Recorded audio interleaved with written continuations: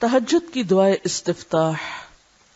اب تو الحمدللہ آپ کو ایک سے زائد دعائے استفتاح یاد ہو گئی ہیں اور ہونی چاہیے، لیکن دعائے استفتاح برائے تہجد پھر مختلف ہے. آپ دیکھیے کہ کیوں، آپ الفاظ دیکھیں گے تو سمجھ میں آئے گا. حضرت ابن عباس رضی اللہ عنہ روایت کرتے ہیں کہ جب رسول اللہ صلی اللہ علیہ وسلم رات کو تہجد کے لیے کھڑے ہوتے تو تکبیر تحریمہ کے بعد یہ پڑھتے، یعنی اللہ اکبر کہہ کے ہاتھ باندھ کے یہ دعا پڑھتے: اللہم لک الحمد انت قیم السماوات والارض ومن فیہن ولک الحمد لک ملک السماوات والارض ومن فیہن ولک الحمد انت نور السماوات والارض ولک الحمد انت ملک السماوات والارض ولک الحمد انت الحق ووعدک الحق ولقاؤک حق وقولک حق والجنة حق والنار حق والنبیون حق ومحمد صلی اللہ علیہ وسلم حق والساعة حق اللہم لک اسلمت وبک آمنت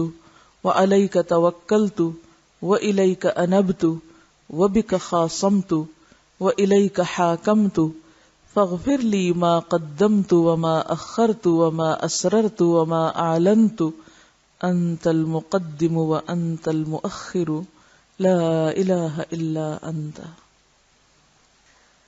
الہی تیرے ہی لیے ہے ساری تعریف، زمین و آسمان اور جو کچھ ان میں ہے سب کو تو ہی قائم رکھنے والا ہے. تیرے ہی لیے ہے ساری تعریف، زمین و آسمان اور جو کچھ ان میں ہے اس سب کی بادشاہی تیرے ہی لیے ہے. تیرے ہی لیے ہے ساری تعریف، تو ہی روشن کرنے والا ہے زمین و آسمان کو. تیرے ہی لیے ہے ساری تعریف، تو ہی بادشاہ ہے زمین و آسمان کا. تیرے ہی لیے ہے ساری تعریف. تو حق ہے، تیرا وعدہ حق ہے، تیری ملاقات حق ہے، تیرا کلام حق ہے، جنت حق ہے، جہنم حق ہے، تمام انبیاء حق ہیں اور محمد صلی اللہ علیہ وسلم حق ہیں، قیامت حق ہے. الہی میں تیرے سامنے جھک گیا، میں صرف تیرے ساتھ ایمان لایا، میں نے صرف تجھی پر بھروسہ کیا، میں نے صرف تیری طرف رجوع کیا، صرف تیری ہی مدد سے دشمنوں سے جھگڑتا ہوں، میں نے صرف تجھے ہی اپنا حاکم مانا. سو تو میرے اگلے پچھلے اور ظاہر و پوشیدہ اور جنہیں تو مجھ سے زیادہ جانتا ہے سارے کے سارے گناہ معاف کر دے.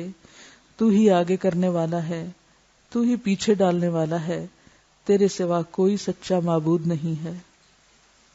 کچھ چیزوں کے بارے میں صرف ایک خیال رکھنا الگ چیز ہے، اور ان پر یقین رکھنا اور یقین کے ساتھ اللہ کے حضور تنہائی میں کھڑے ہو کر اس کا اقرار کرنا ایک بالکل ہی مختلف اثرات انسان کی شخصیت پر رکھتا ہے. اس لیے یہ بھی بہت خوبصورت دعا ہے، اس کا بھی پرنٹ آؤٹ دیا جا سکتا ہے.